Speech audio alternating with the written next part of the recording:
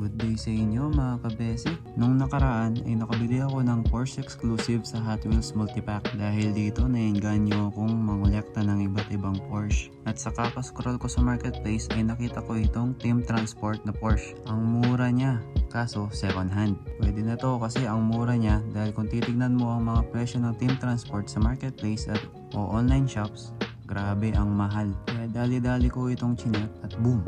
Nakuha natin ang deal. Pupuntahan muna pala natin ang sasakyan ko na nakapark sa harap ng bahay ng tito ko. Wala kasing parking sa amin. Ang sabi ko sa seller ay pipick upin ko na lang ito sa branch ng LBC. Ito na nga, nakuha na natin. So sobrang excited ko, hindi ko na mahintay. Dito ko na in-unbox sa kotse.